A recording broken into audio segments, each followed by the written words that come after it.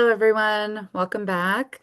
And thank you for joining us for part four, the final installment of our Serious Money Seminar, Latching and Hatching Considerations for Young Couples and Young Families. I am Jennyne Kennedy. I am the Client Experience Coordinator at Keill and Associates.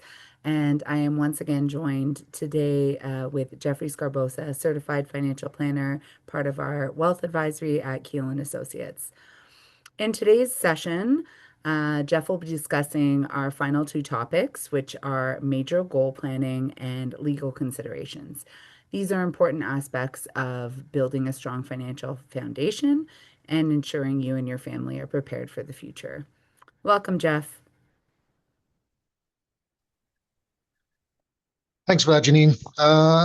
Okay, so we started off the four-part series talking about all sorts of different financial planning areas. We've got our building the foundations, which are individual, and a lot of the other things have been built around merging two businesses together. We're joining two people into matrimony, into common law partnership, whatever it is. We're building that team. And something that is overlooked a lot is what type of legal ramifications that can have. Because when we're talking together, it is a business. I mean, yes, we're getting married, everybody's happy, everybody's in love, but it is still very much a lot of contract law and contracting and things like that. So we'll get into a lot of these things. But when we're talking about joining two forces, as an individual, you had goals, you had dreams, you had life plans. So did your partner. How do we build those together? So the financial planning area, it kind of pulls out two specific ones, your retirement and education. It focuses on those. How are because if you got a pension, there might be some spousal benefits in there. There might be so those are the main ones that a lot of people are going to look at, but we don't look at what if you want to buy a house together? What if somebody already has a house? What if the other goals you want to travel together? So we come in with our individual goals, but now those goals might change. We might have additional goals now as a family unit. And what is that going to look like? How is that going to change? And just like anything, like we talked about, we've got $100 worth of dollars to spend, and we've got $1,000 worth of priorities. Now we've got we've built in that family unit now, and now we got $1,500 worth of priorities that we want to focus on. So how do we, to best effect, prioritize without giving up our own identities, without giving up ourselves and our own goals? How do we prioritize that family goal? How do we prioritize our own without breaking the bank? So these are conversations that unfortunately, there's no right or wrong answer. But working with a financial planner early on can help you crunch numbers, help you prioritize, But if we focus on priorities 1, 2, and 3 this year and next year, and by then we can focus more on priorities 4, 5, and 6 later on, and we can quantify what those kind of look like. But you coming up with a plan, you don't actually have to leave something behind. You don't have to give something up, but if you come up with a deliberate plan to focus on all of these things. Retirement and education. If you've got kids, education is coming. Retirement, at some point, you're going to want to stop working. So those ones, ready or not. So we want to make sure we're emphasizing those. But whatever your major goal planning is, whether it's purchase a house, you want to be a snowbird and live in the Caribbean for 6 months out of the year, whatever your goal is, major goal, major expense, it's much easier to plan for it ahead of time and work towards that. And then we get into the bread and butter of what happens when we're joining two forces together, and that's the legal aspect. This is the next slide, please.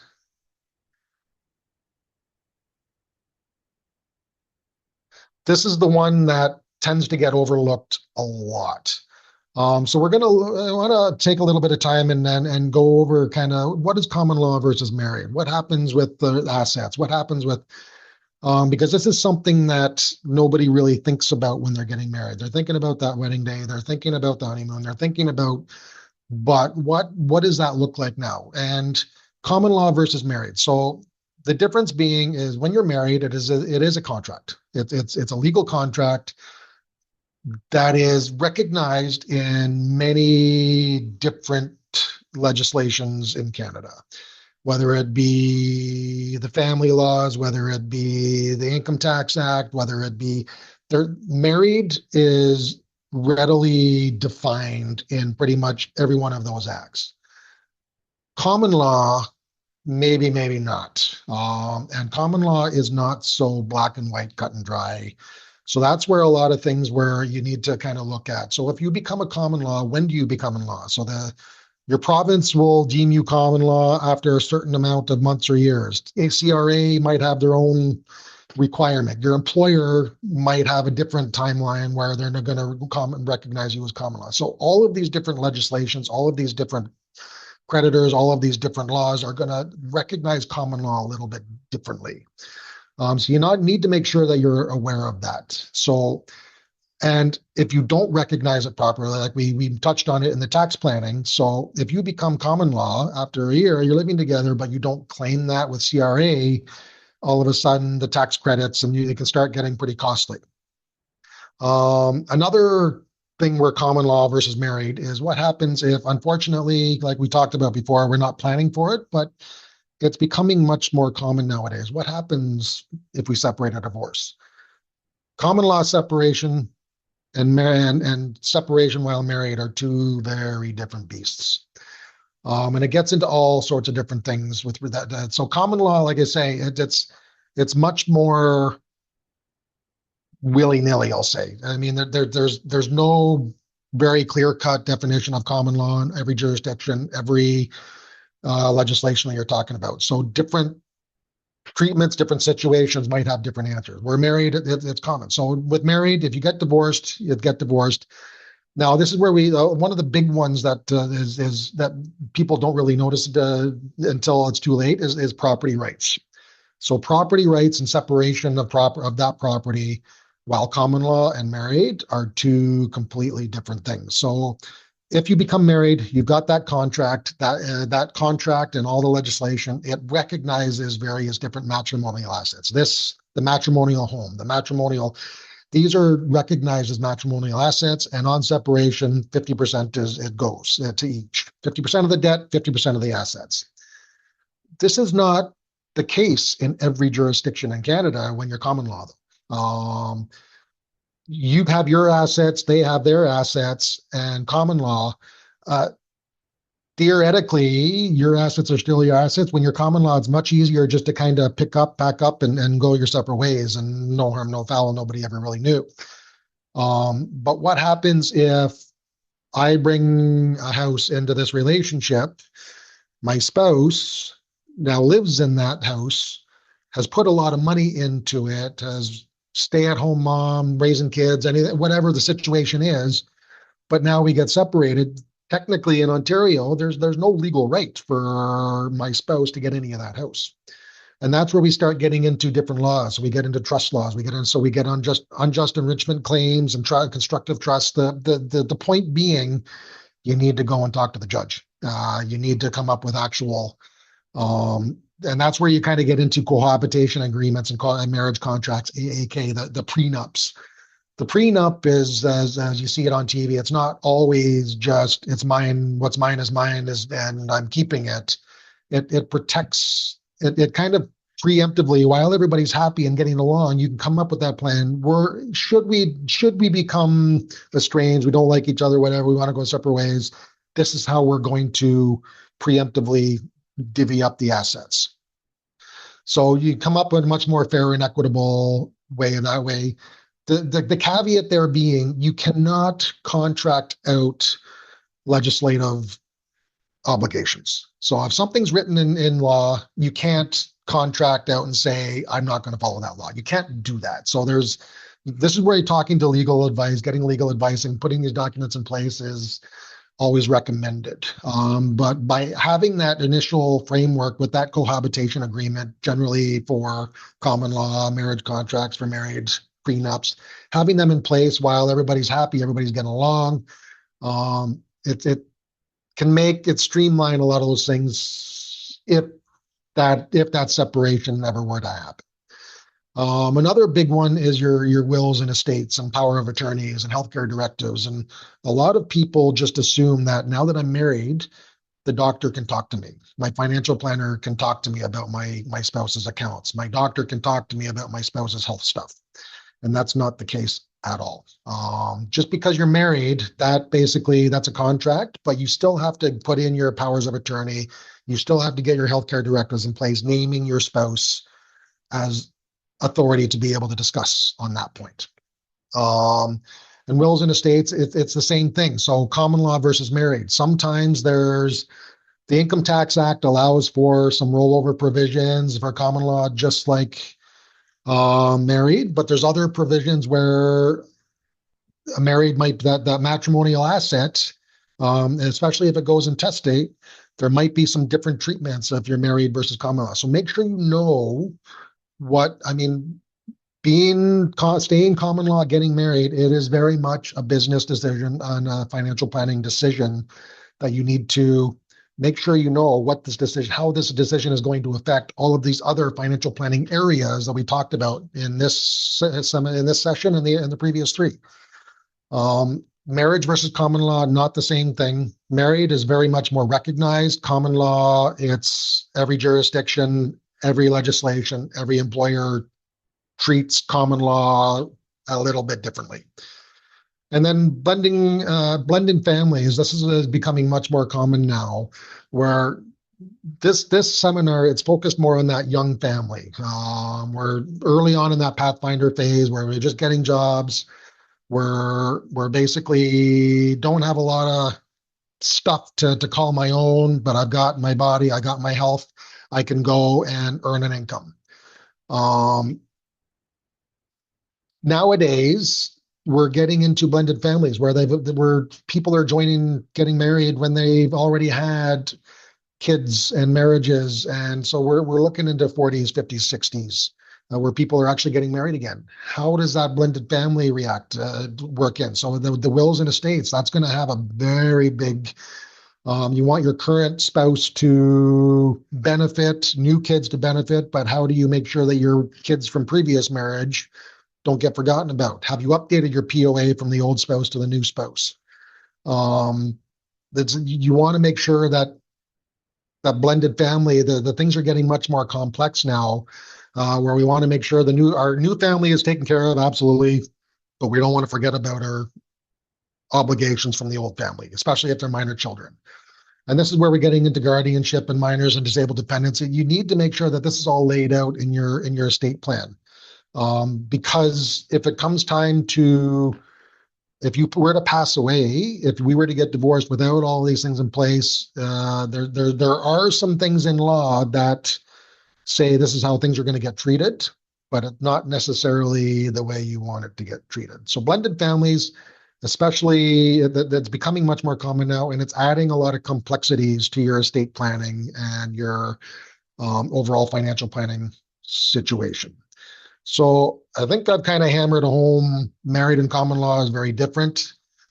It needs to be a deliberate decision, and you need to understand how that decision affects pretty much every other facet of your life and financial plans.